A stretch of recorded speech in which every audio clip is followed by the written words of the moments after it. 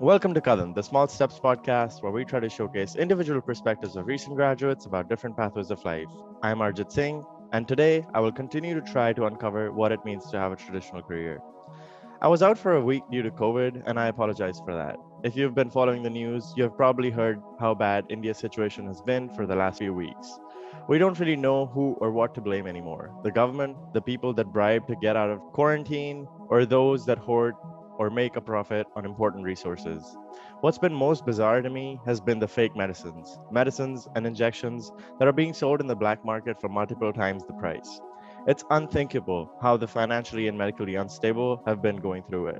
It's not only incredibly disturbing, but shameful what some people will do for little profit.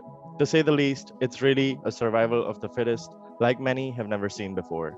However, it's not the negatives that take us through life. It's the thousands of positive stories and donations that people have been making from all over the world that help us get through. It's what each one of us can do from our side that really makes and helps us feel like we are an important part of society, at least those that care to do that. For now, I'd like to divert your attention from that and bring it to this, because, like I said, it's what we do when we can that really matters in the end. How we come out of the pandemic on the other side is what will really make a lot of the difference. So let's start the show.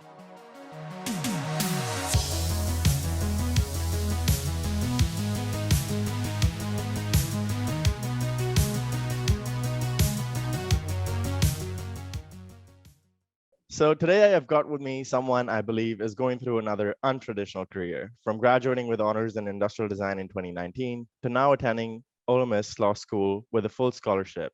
She's someone I believe truly does what she wants, how she wants it. She defines herself as a person that loves anything that challenges her. She also believes that one of the most important skills she has gained over the years is just about how to be a good person. Since graduation, she's had three different jobs, one of which she quit due to poor management, another where she was laid off from due to COVID 19, and one that she is in now that's actually least related to her field of study, but one she believes has made her feel most appreciated and loved. Without any more from me, let's welcome Lea Hix and hear the rest from her. Welcome, Lea, and thank you so much for coming on the show. Thanks for having me, Arjit. Thanks for Of that awesome course. Hey, I try. spoiling me. It, yeah, I mean, I've heard that before, but I mean, I think it's sometimes I don't do justice to people's introductions because I don't know, like, I think we're all gonna do big things, so I'm Oh really yeah. just banking it on that. All right, so from our time together, I've really known you to be just a little bit of the rebel, essentially someone that stands up for themselves and for what they believe in is right or what they deserve. So that's where I would like to start the show from. And I would want to ask you if you could tell me a little bit about that quality, or if you think that is a quality that you have, and where did you develop it? Yeah, for sure. So I think that part of me being a rebel definitely comes from the family that I was raised into. I was raised in the traditional South with pretty, surrounded by traditional values. And my parents definitely have traditional values, but at the same time, the thing that they have always pushed and everyone in my family has always pushed is just loving people no matter what. And sadly, in our society, loving people no matter what is not always the traditional cool thing to do. Hmm. So my family's always been a little bit different than everyone else around us in the terms of how we accept people and how we love people. And I think that did a lot for me in my growth. Yeah, no, that definitely makes a lot of sense. Yeah. So, sorry, go ahead. I think also something that's really important to me is just continuing to grow and learn from your circumstances. And I feel like if you don't rebel against certain things, you don't necessarily get that growth. So it's definitely a quality that I'm not ashamed to have. Yeah, no, definitely. I think it's something to be proud of more than being ashamed of, for sure. Because, I mean, I think it's very important to speak up for yourselves and for those around you. And I think you're definitely one of those people that I truly believe is going to do that for the rest of her life. So, really proud of you for that. And where would one circumstance be where you like where you can remember that you did that and you're really proud of? That's a tough question. Huh. Let's see. It's hard for me to think of a specific incident. I That's think okay. that I see it a lot, not specifically, but in the job that I have now, as I'm working with kids and teaching them to stand up for themselves in a way that's respectful and not intrusive, which I know necessarily isn't me doing it, but I think I can only do it because I've done it so much in my life that I'm able to, help other people see that, like, it's okay to stand up for yourself. You don't have to do it in a way that makes other people uncomfortable, but sometimes you have to. Definitely, definitely. And I think it comes along from not just like standing up in like the corporate world or anything like that, but also against sometimes pushy parents or something like that. Right, You know, I think, exactly. yeah, no, I think it's important to set those boundaries and stuff like that too. So that makes a lot of sense in teaching the kids. And maybe that's something we can bring up in a little bit. But for now, I think I want to bring up where you worked or where you worked after graduation and how that has shaped a couple of things. So you worked for a company that did custom design jobs for like private jets, if I'm not wrong, right? It's Yeah. yeah, so it's a private jet company, and I basically handled their graphic design and marketing. So Okay. they're a custom tailored company, but they didn't custom make jets, if that makes sense. Yeah, no, that makes sense. And that ended up, I think, being not one of your favorite jobs or Right. favorite places to be. Would you say that was some of the toughest time for you up until now, or since Oh, graduation at absolutely. least, and why? Yeah, it definitely was. I got really lucky that I had amazing people that I worked with. So I had probably about 5 people that were my age, which I think is really unusual for a lot of us coming into industry, to be with people our own age. But then I did have some people that were older than me that I also just was able to relate to really well. So that took care of my mental health a lot. I don't think I would have been as okay without that. But overall, I wasn't challenged by the job. I had a hard time getting my point across to people that were above me, especially being so new onto the scene. Even though I was a professional in my field, there was only one other designer in the entire building. I wasn't respected as such because I was right out of school. And for someone that we were talking about me being a rebel, that didn't really sit right, because I knew my opinions were valuable and I didn't feel like I was receiving that acknowledgement or recognition at all. Yeah, no, that definitely can be tough. And why would you say that was? Like, because you did say that, you had a few people at least that were really, I guess, in our age group or anything like that, but also people that understood you, so good people. Right. And that could be managers, that could be anybody that's above you too. But Right. what were some of the major issues that you think you faced? Yeah, I think a lot of it had to do with me. And I think that I was in the wrong role. So, from someone's perspective that had just gotten out of design school and just really wanted to get their foot in the door somewhere, and this is not a place that you could have progressed in. I was in the only design role in the company, but just somewhere you could get that experience background that everyone's looking for, then it probably would have been a good job. But I went into it with the idea of having more of a voice than I was going to be able to have in the long run, which is where we just butted heads and it didn't end up working out. Okay, so I guess what was one of your favorite things that you gained from the job? Oh man, I learned so much, unbelievable amount. I didn't know how to work with people. I didn't know how to answer the phone and say, "This is so and so company. My name is Lea Hix. How can I help you?" Or call someone and do the same thing. So that was just a huge point for me in the very beginning, is just learning how to call an advertiser and talk about getting an ad in a magazine. Um, but I also got to do some really cool things. I went on a private shoot of one of our planes, one of our big challengers, and we got to take pictures of it. So I rode in a little camera plane and also rode in the big plane. So that was really neat. And I don't know, definitely learning how to deal with people, because I never had a job where I really had to deal with people. Yeah, and I think one other job that you mentioned was what you were doing in school, right? So for the turf grass company. And how can you relate that back to what you learned at this job? Hmm. Yeah, that job, I worked with plants, not people, so that made a big difference. But I learned a lot of just hardworking skills in that job and how to grin and bear it. I had great bosses that really looked out for me and ended up being parent figures to me throughout college. So management was never an issue in my college job. But the work was boring. They would tell you that too. I mean, sometimes I was literally counting roots and measuring pieces of grass like for That's hours crazy. on it.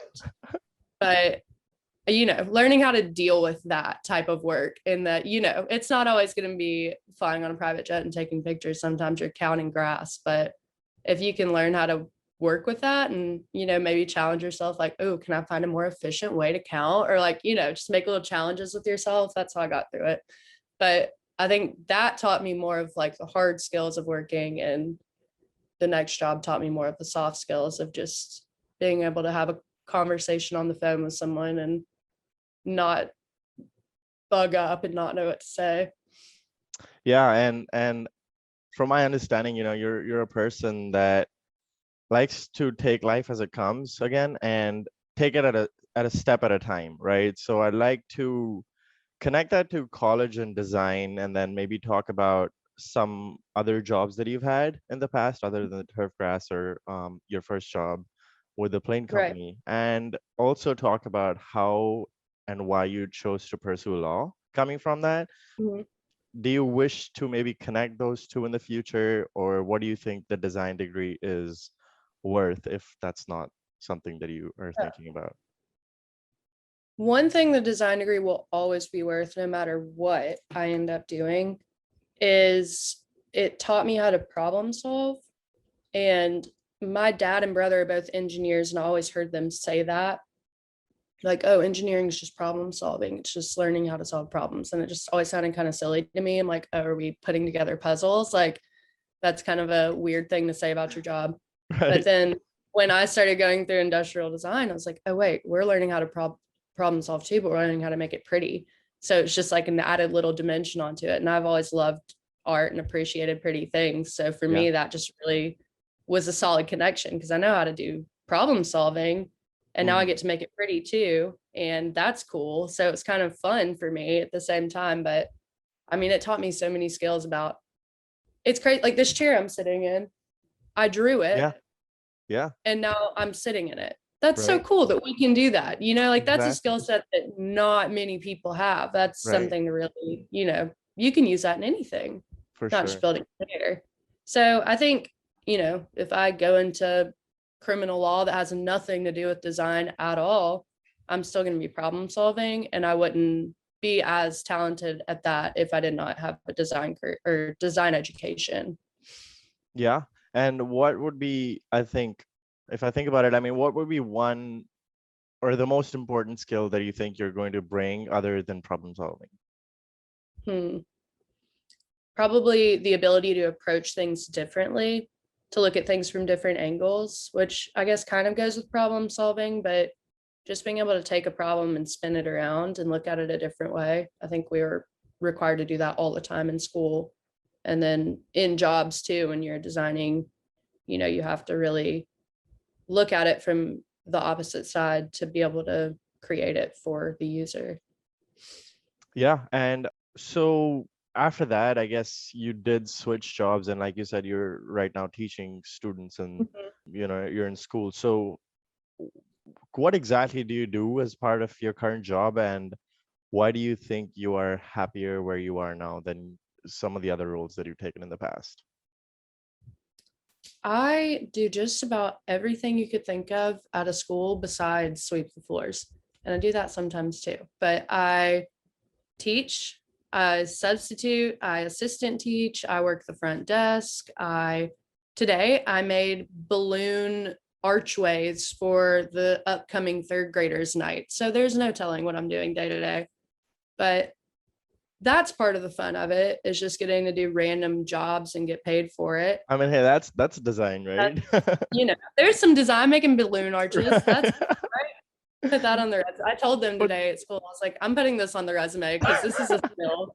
Now for that I can sure. make balloon arches, Yeah, that's check off the box. But definitely. I think Oh, let's see. The other things I really love about it, selfishly, is getting to hang out with kids all day. I think it's so good for your brain, and they are so loving and are just so kind with their time. And I think they're 8 to 10 years old, the kids I'm working with. So it's a Okay. really interesting time in their lives because they have all the technology you and I have Mm-hmm. and access to pretty much everything we have, unless their parents are monitoring it. And even then, those little jokers know how to get around every Oh firewall there yeah, is. So, definitely. Right. they're super smart kids, but they're still innocent. They're still kids, so there's so Mm, much value in their little beings, I think. And I just love their love too. Getting hugged 8 times a day is never going to make anybody sad. But I definitely. think the other thing I really appreciate about the job is how much my principal and my staff at the school appreciate me. I never feel underappreciated. I never feel like I'm worthless. Like, I always feel like every day I'm needed somewhere for something, and I'm always thanked for it. And that makes a huge difference. You don't realize that until no one thanks you for what you do. And then you're like, wait a minute, I Yeah. deserve some appreciation. Just one or two thank yous would be nice. Right. And I don't think a lot of people do that more than kids at school. I think they're very appreciable, but also I think there's a little bit of innocence there that actually makes it a lot more worth it, I think. Yeah. And getting that or getting that appreciation from a lot of other people in jobs and stuff can be helpful, but at the same time, I think it's something about just getting like the unconditional respect Mm-hmm. and stuff from those students can definitely make the difference. So how did you land in that job? Like, was that something that you had planned to do, or you were just No, looking for jobs and you definitely applied? not. Yeah, you said it best when you said I take things step by step, because that's definitely what I do. So I got laid off from an in-between job that I had during COVID, spent a little bit of time figuring things out, and then I grew up. My mom helps run an organization in my hometown, which happens to be Auburn, where she and a group of other people have bought these houses right beside a low income neighborhood, and they run an after school program, a tutoring program. And I've done that for the past, geez, I think 5 years, 6 years. So that's Interesting. just been an integral part of my life, was just going and tutoring. Okay. So when I was looking for a job, it was almost time for school to start back up. And I was like, I could be a tutor at the school. So I got a call for an interview as a tutor, and they just completely gave me a different job. And I had no idea. And they told me what I was getting paid. They told me the hours. And I was like, those are weird hours for a tutor, but whatever. Okay, I'll do it. And next thing you know, I'm working at elementary school. So that's how that happened. But here we are, And hey, one step at making balloon arches. Yeah, no, definitely.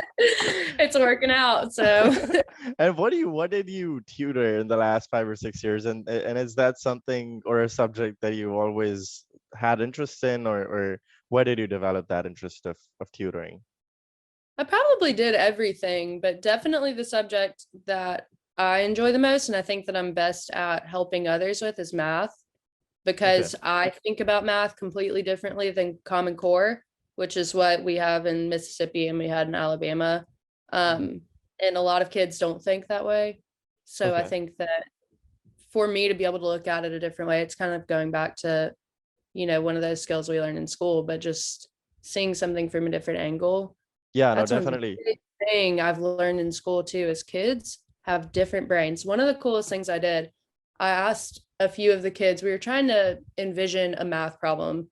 And I was like, okay, close your eyes and think about a beach. Can you see it? And half the kids could see it in their heads, half of them couldn't. So how are you going to tell a kid to divide 20 apples into 5 piles if he can't see that in his head? He needs to look at that problem differently, because that doesn't work for him. So that was really neat that I've kind of learned that everybody thinks a little bit differently. So Yeah, that's a great thing to do, and I guess it comes along with problem solving and stuff like that too. Being able to help the kids envision that, or right, take a couple different examples if the first one didn't work, and right. and help people, I think, get through that. I think so. The people skills that we learned, of course, with design, Mhm. and I guess on the other jobs and stuff that you did too, I think that definitely does bring in a lot for us Right. wherever we go. So I definitely agree. interesting to learn. And I guess I like to bring one of your quotes from our survey because I think it really connects all this together. And here it goes.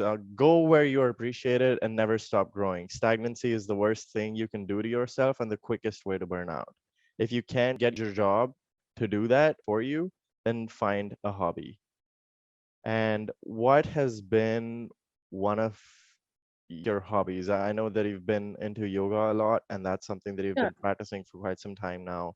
And is that Mhm. something that you think has helped you get through some of the tough times, or is there other things that you do that you think other people can gain from? Right. Definitely yoga was huge for me. And it kind of goes back to that quote that you read of mine. Um, I, when I was working at my first company and I started really not feeling as satisfied from it, I didn't really have any other options. So I was looking for them, but they weren't coming up. I live in a town of, I think, 200,000 people. There aren't just design jobs bursting at the seams. And I wasn't in a place where I could just move. So I started, trying to find things, but that wasn't happening. And so I started getting that real stagnant feeling of nothing is growing in my life. And I was doing yoga at the time just as a workout, and I wanted to learn more about it. So I went through the teacher training and, very cliche, but definitely learned a lot more about myself than I learned about yoga. But I think that's, to me, what yoga is all about, is uniting your body and your mind in a way that you can let go and touch in with yourself or with whatever's the bigger, higher power in your life more. And that's what it's always intended to be. So it's been huge for me. I instruct more is just a way to learn more about it, but the practice is what I really love.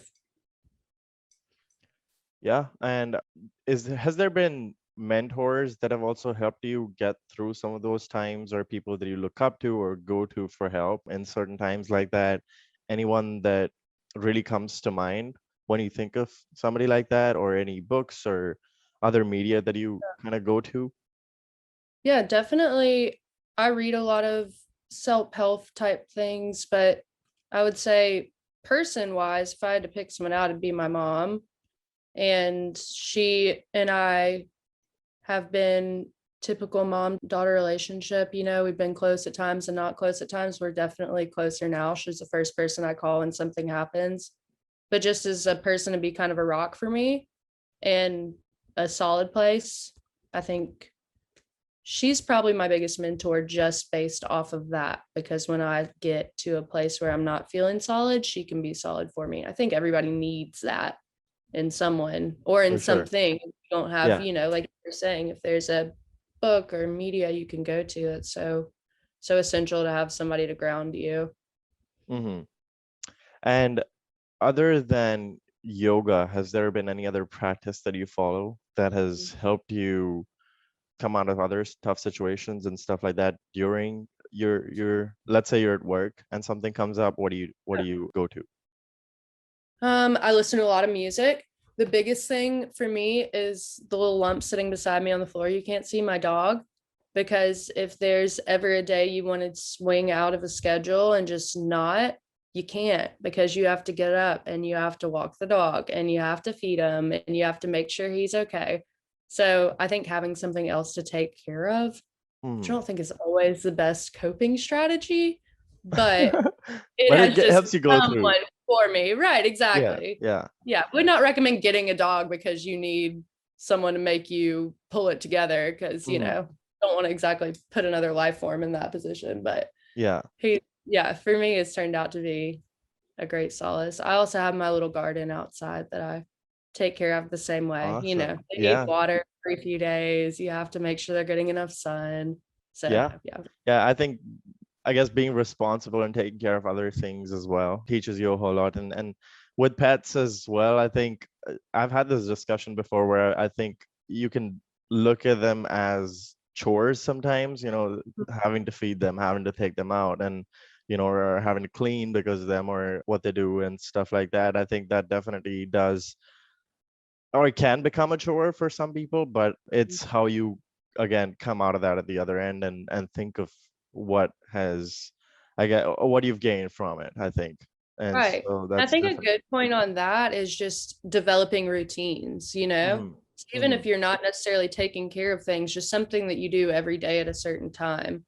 Yeah. Like that can seem really monotonous, but I think if you have enough things in your life that are keeping you going or keeping your mind busy in some way, good or bad, routine is a good stabilizer. So yeah, Yeah, my plants are definitely my routine. definitely. And that's something that I've been, trying to think of a lot more recently, just because of even influencers and stuff that, some people don't really like to follow or whatever. But I think there's like a couple that I follow that actually, wake up at 5 a.m. every day, and that's something that they Oh, like totally go by. It's something that even if they've not slept enough, I think they'll take a nap or whatever it is, but they do get up at that certain time because that's something that they fixed for themselves. And I think right. that can make a lot of the difference too.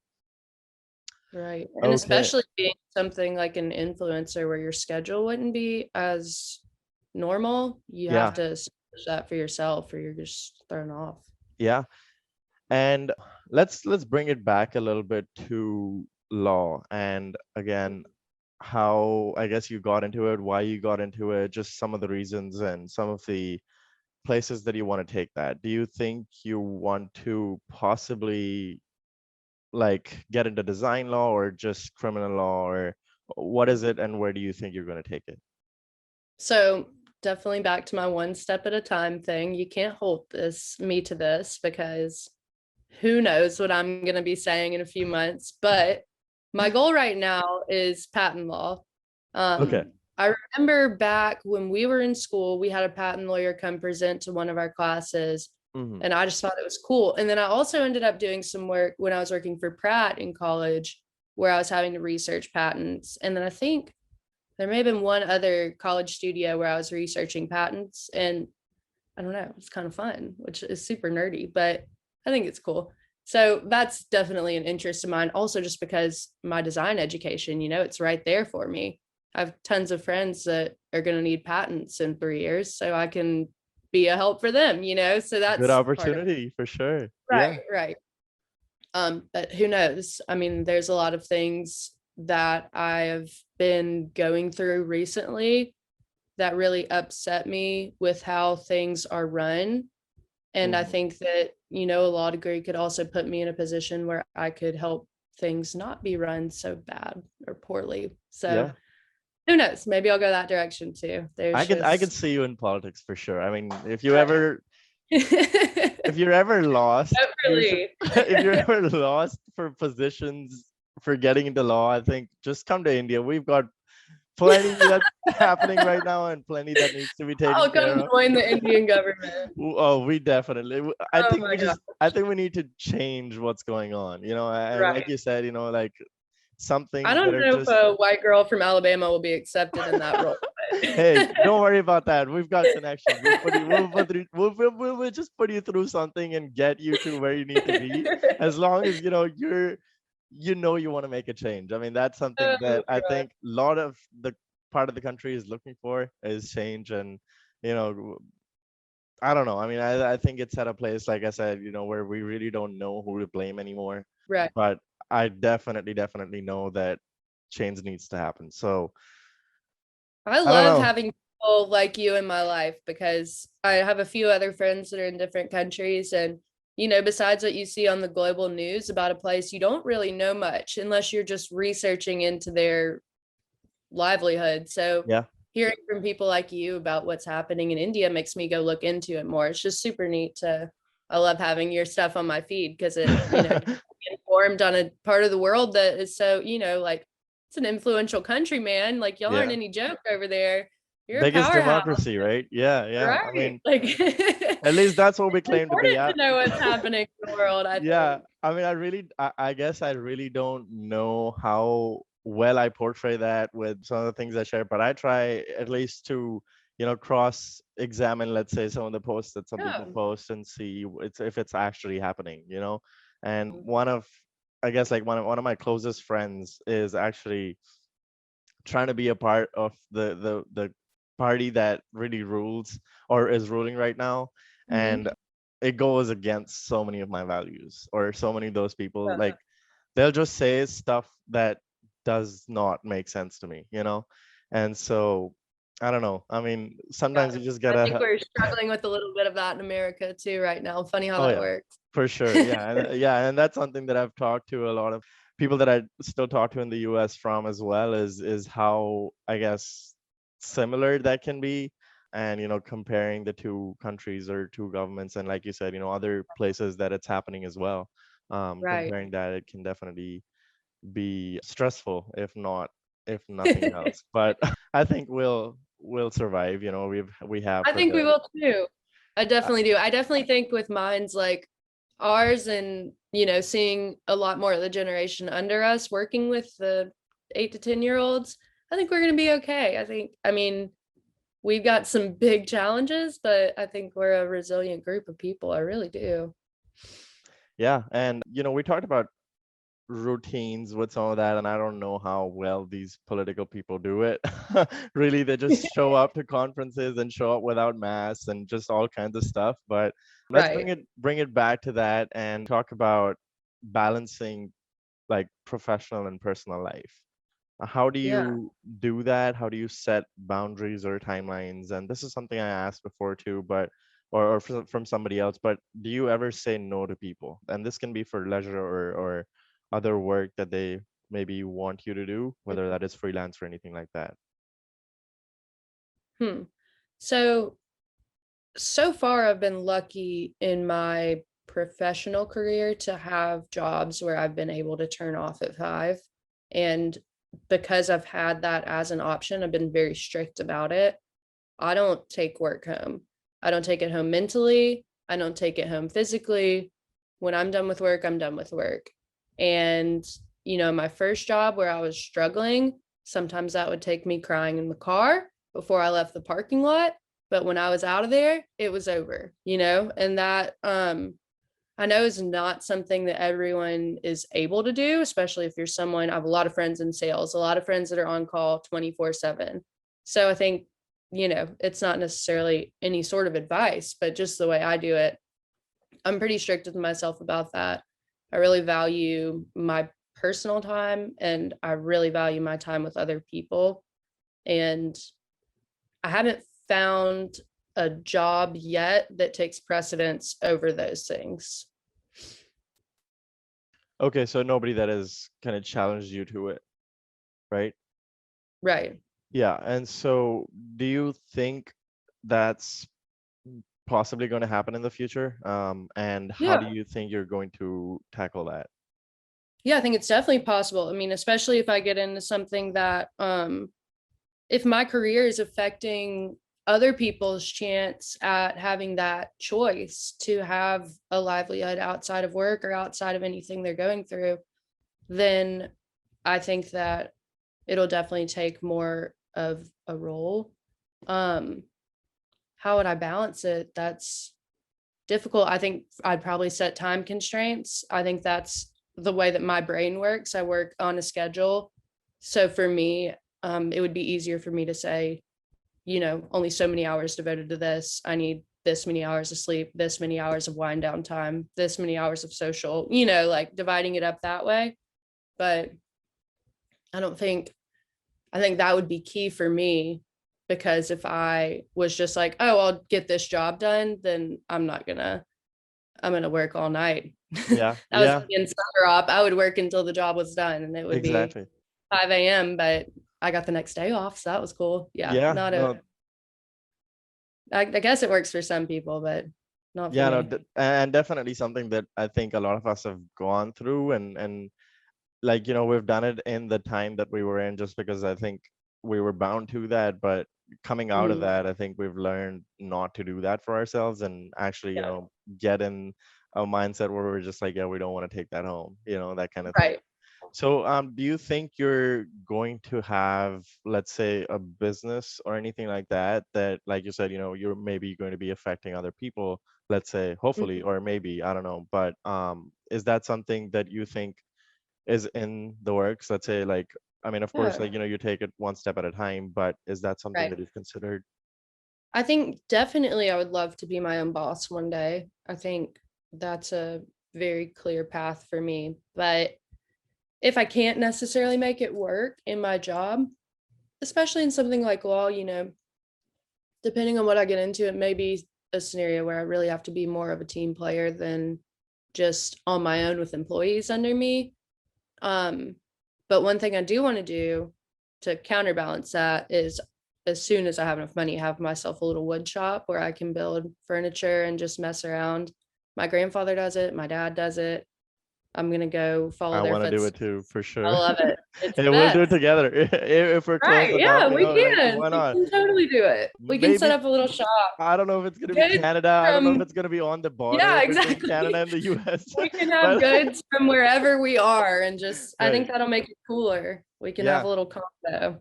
definitely going to make some things like that work, or just have like a couple different shops all over the place, where we just Yeah. visit. Like, we have We these can go visiting see our people. shop.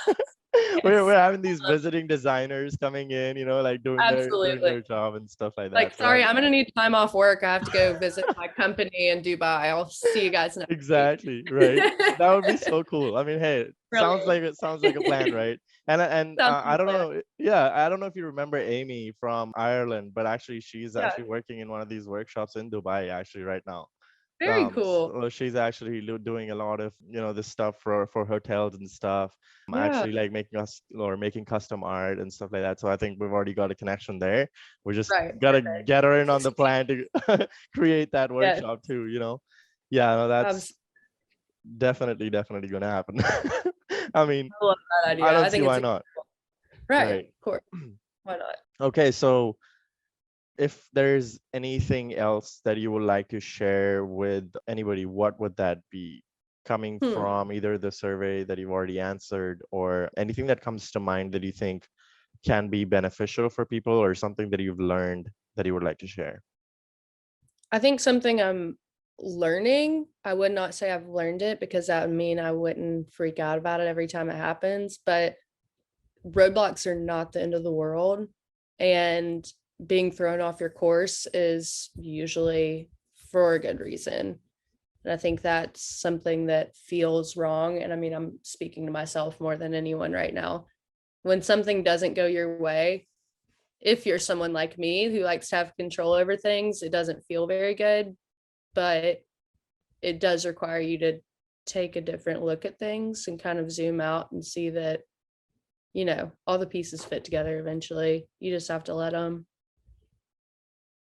Yeah, and financially, just because you're doing a couple different things, how do you, or is there any other investments that you think make the most sense? Because it's just been something that I've been looking into, and I think I do see you definitely as a person that definitely wants to do that. Is there something that you do, or something that you think you're going to do with investments, with finance, for the coming future? Right. That's a great question. Definitely want to finance into things more. I mean, right now I own two cars, which is probably the worst things you can own investment wise, but I think that I don't know. I would love to get into property and things like that, but you got to have big money to get started there. So we'll see. Maybe one day.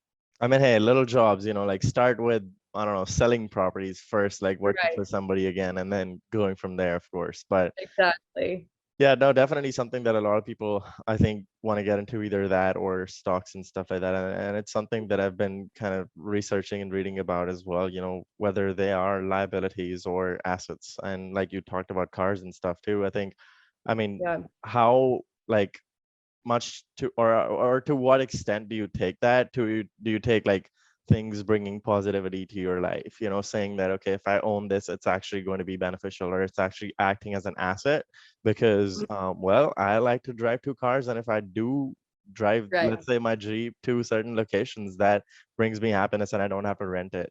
every, Yep. let's say, weekend or whatever, however often some people do that. But Right. don't know how that's gonna work. But thank you, Lee, for coming on. Again, like if Sure. there's anything else that people can benefit from, we can definitely put those links in the description and stuff as well. And where can people find you if they want to ask you more questions? Yeah. My Instagram handle is Lea_Hix, and that's pretty much the only thing I'm active on. So come find me. My website's lealikely.com. It's got some old projects on it. Maybe it'll have new projects on it. Who knows? Hey, maybe Step after at the a wood shop. time. Yeah. One step at a time, and we'll worry about when the wood shop opens to definitely, keep that updated Yeah, as well. we'll keep it on the website for For sure. sure. All right. Well, thank you so much, Lee, for coming on and sharing your experiences. And this has, of course, been great and definitely something that I think a lot of people are going to benefit from. So Whether good to they catch do, up. yeah, it's definitely been good to catch up, and I think that we should definitely continue to do that more. If you're definitely going to get into Indian politics, we got to keep you updated, right? Exactly. We got to Gotta keep keep you up. updated. Yeah, we got to keep you up on that, and definitely keep following my Instagram and stuff, and I'll try to keep that posted, keep bringing Yes. in actual experiences Keep me that are informed. happening and stuff. So yeah. And like I said last week, for now, we're going sponsor free. This does not take away any places. You'd use a discount code, but if you would like to spend some money these days, help a neighbor, donate to COVID reliefs, or just ask a friend if you can pay for their drinks. This is me signing off for today. This is your host, Arjit Singh, and you've been listening to Kadam, the Small Steps podcast. If you found value in this episode, please like, share, and subscribe. And as always, let us know how we can make this better. A traditional career is always untraditional. Thanks for listening.